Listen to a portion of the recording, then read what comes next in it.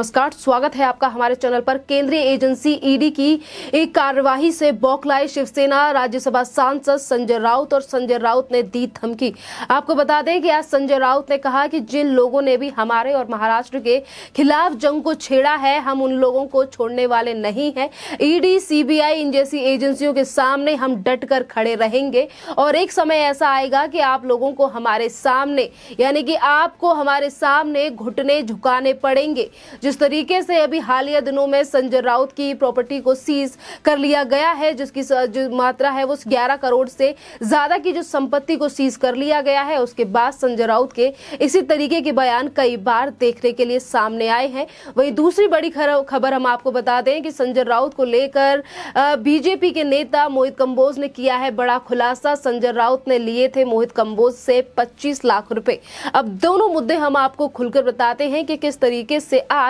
संजय राउत जो है वो केंद्रीय एजेंसी की जांच को लेकर इस तरीके से बौखलाए हुए हैं। अभी हाल फिलहाल के दिन में प्रवीण राउत और वर्षा राउत यानी कि संजय राउत की बीवी का जो मामला था वो ईडी इस पूरे मामले पर जांच कर रही है और इस सिलसिले में संजय राउत की 11 करोड़ से ज्यादा की जो संपत्ति है जिसे सीज कर लिया गया ईडी की तरफ से। तो वहीं दूसरी तरफ शरद पवार ने इस बयान का इस्तेमाल किया। उन्होंने कहा कि मैंने देश के प्रधानमंत्री नरेंद्र मोदी से मुलाकात की थी और कहा था कि संजय राउत के ऊपर ऐसी कार्यवाही करने की नौबत क्यों आई, और उस दिन के बाद संजय राउत आज धमकी देते हुए नजर आ रहे हैं। तो इससे पहले भी संजय राउत ने कहा था कि मैं तो एक छोटा सा आदमी हूं, मेरी जितनी भी प्रॉपर्टी को सीज किया गया है वो मेरी मेहनत की कमाई थी, हम डटकर खड़े रहेंगे और हमारे ऊपर बदले की कार्यवाही की जा रही है। और आज अगर एजेंसियां महाराष्ट्र में अपना काम कर रही हैं और महाराष्ट्र के कई बड़े नेताओं तक जो जांच का दायरा है वो पहुंचता हुआ दिखाई दे रहा है, तो वहीं संजय राउत आज धमकी दे रहे हैं। तो इससे पहले शरद पवार भी कह चुके हैं कि मैंने देश के प्रधानमंत्री से मुलाकात की और उनसे भी पूछा कि आखिरकार संजय राउत पर कार्यवाही करने की क्या नौबत आ गई। इसी के साथ हम आपको ये भी बता दें कि भारतीय जनता पार्टी के नेता मोहित कंबोज ने भी एक बड़ा खुलासा किया है, एक बड़ा आरोप लगाया है संजय राउत के ऊपर और कहा है कि 2014 में संजय राउत ने मुझे सामना के दफ्तर बुलाया और वहां पर संजय राउत ने मुझसे धमकी दी और मुझसे 50 लाख रुपए मांगे। 50 लाख रुपए संजय राउत ने मुझसे मांगे थे, पर मैंने सिर्फ 25 लाख रुपए दिए और उसका पूरा ब्यौरा मेरे पास है। मैंने चेक दिया था संजय राउत को और वो पैसा अभी तक संजय राउत ने मुझे वापस नहीं दिया है। यानी कि संजय राउत पैसा दे दिया करते थे, ब्याज पे वो पैसा लिया करते थे। डरा धमकाकर मोहित कंबोज से संजय राउत ने 2014 में ये पैसा लिया था जिसे अभी तक वापस नहीं किया गया है। इसी के साथ हम आपको ये भी बता दें कि मोहित कंबोज ने अपने ट्विटर पर एक वीडियो डाला है जिसमें उन्होंने इन तमाम बातों का उल्लेख किया है और मोहित कंबोज ने यह भी कहा है कि मेरे साथ उस वक्त पर 3 व्यक्ति थे, मेरे साथ 3 व्यक्ति भी थे और मुझे डराया भी गया। मुझसे 50 लाख रुपए मांगे गए पर मैंने 25 लाख रुपए दिए जो कि वापस नहीं आया है। जहां एक तरफ संजय राउत को लेकर बड़ा खुलासा किया है मोहित कंबोज ने, तो वहीं दूसरी तरफ भारतीय जनता पार्टी के नेता मोहित कंबोज ने महाराष्ट्र की पुलिस से भी सवाल किया है और कहा है कि आईएनएस विक्रांत मामले में जिस तरीके से बीजेपी के नेता किरीट सोमैया के ऊपर महाराष्ट्र की पुलिस ने केस दर्ज किया है, उनके बेटे पर केस दर्ज किया है, क्या मुंबई की जो पुलिस है, महाराष्ट्र की जो पुलिस है वो संजय राउत के ऊपर मामला दर्ज करेगी। यानी कि जिस तरीके से महाराष्ट्र की जो सरकार है वो अपनी पुलिस का किस तरीके से इस्तेमाल कर रही है और नेताओं के ऊपर एफआईआर के बाद एफआईआर या केस डलवा रही है, क्योंकि आज किरीट सोमैया और इससे पहले भी भारतीय जनता पार्टी के कई नेताओं के ऊपर इस तरीके के केस महाराष्ट्र की सरकार के द्वारा कराए गए हैं और आज अगर इसको लेकर सवाल उठाए जा रहे हैं तो ये दर्शाता है कि आखिरकार कौन है जो कि बदले की कार्यवाही कर रहा है। आपको बता दें कि जो महाराष्ट्र सरकार लगातार ये कहती है कि भारतीय जनता पार्टी और केंद्र में जो मोदी सरकार है वो हमारी सरकार के नेताओं के ऊपर इसीलिए कार्यवाही करवा रही है क्योंकि हमारी सरकार को गिराना चाहती है केंद्र सरकार। पर आज चीजें किस तरीके से निकलकर सामने आ रही है कि पुलिस एक ही है, पर वहीं अगर मोहित कंबोज का मामला है तो संजय राउत के ऊपर केस दर्ज नहीं किया जा रहा है। उसी को लेकर मोहित कंबोज की तरफ से सवाल पूछे जा रहे हैं और वहीं दूसरी तरफ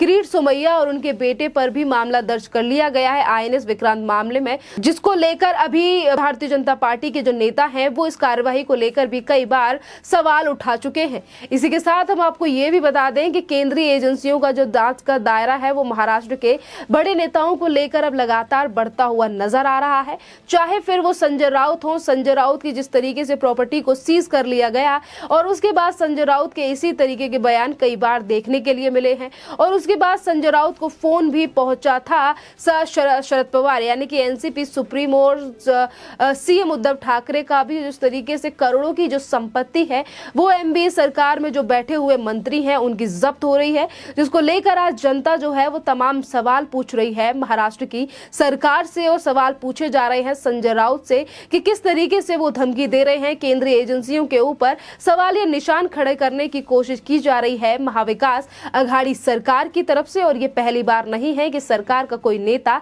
इस तरीके से धमकी दे रहा हो। आपको बता दें कि आज धमकी देने वाले संजय राउत इससे पहले जब 2020 से ही ईडी, सीबीआई और केंद्रीय एजेंसियों की जांच जो शुरू हुई है महाराष्ट्र में भ्रष्टाचार को लेकर, ड्रग के मामले को लेकर, तब से ही संजय राउत ने ईडी, सीबीआई और तमाम केंद्रीय एजेंसियों को लेकर इस तरीके से सवाल उठाए हैं। आज अगर वो धमकी दे रहे हैं तो इससे पहले वो अभद्र भाषाओं का इस्तेमाल भी कर चुके हैं। उन्होंने किस तरीके से ट्वीट किए हैं ये भी आज जनता नहीं भूली है। और वहीं पर अगर इनके ऊपर कार्यवाही की जाती है एमवीए सरकार, खास तौर पर जब भी कार्यवाही का जो दायरा है यानी कि जांच का जो दायरा है वो संजय राउत तक पहुंचता है, संजय राउत हमेशा इसी तरीके के बयान देते हुए नजर आते हैं क्योंकि आज वो धमकी दे रहे हैं। इससे पहले उन्होंने कहा था कि मैं नंगा आदमी हूं, मुझसे पंगा मत लेना, या फिर इससे पहले वो तमाम और इस तरीके की भाषा का इस्तेमाल कर चुके हैं कि आप देखें जरा किसमें कितना है दम। आज संजय राउत की जो बयानबाजी है उसी को लेकर जनता आज सवालिया निशान खड़ा कर रही है एमवीए सरकार के ऊपर।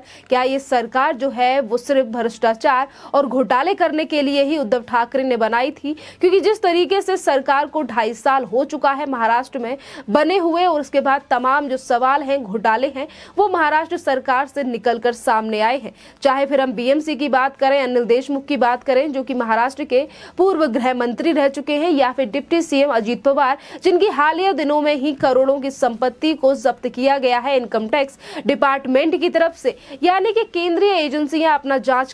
जांच कर रही हैं और जहां पर भी उन्हें शक होता है वहीं पर अगर छापेमारी की जाती है तो हमेशा एमवीए सरकार का कहना होता है कि ये बदले की कार्यवाही की जा रही है, हमसे बदला लेने की कोशिश की जा रही है, सरकार को तोड़ने की कोशिश की जा रही है। तो वहीं तीसरी तरफ अगर हम चीजों को देखें तो केंद्रीय एजेंसियां अपना काम कर रही हैं और वहीं दूसरी तरफ ये जो 3 पार्टियों की सरकार महाराष्ट्र में है इनके एक दूसरे के ऊपर भी बयान कभी पीछे नहीं हटते। जहां मंत्रालयों को लेकर इन तीनों जो पार्टियां हैं इनमें अनबन दिखाई देती है, तो वहीं केंद्रीय एजेंसियों को लेकर भी एनसीपी का जो रुख है वो अभी कुछ दिन पहले हमने देखा था कि किस तरीके से एनसीपी जो है वो बीजेपी के साथ नजदीकियां बढ़ाती हुई नजर आ रही है और वो चीज भी रास नहीं आई थी। प्रदेश के मुख्यमंत्री उद्धव ठाकरे के लिए और उनकी तरफ से भी कहा गया था कि मैं नाराज नहीं हूं गृह मंत्री दिलीप वालसे से। मैं मानता हूं कि वो काफी ज्यादा ईमानदारी से काम कर रहे हैं। जिस तरीके से चीजों को बार बार पर लेकर उद्धव ठाकरे की तरफ से और जो प्रशासन है केंद्र सरकार को लेकर सवालिया निशान खड़े करने की कोशिश की जाती है, तो वहीं आपको ये भी बता दें कि महाराष्ट्र में जितने तरीके से नेताओं का जो आज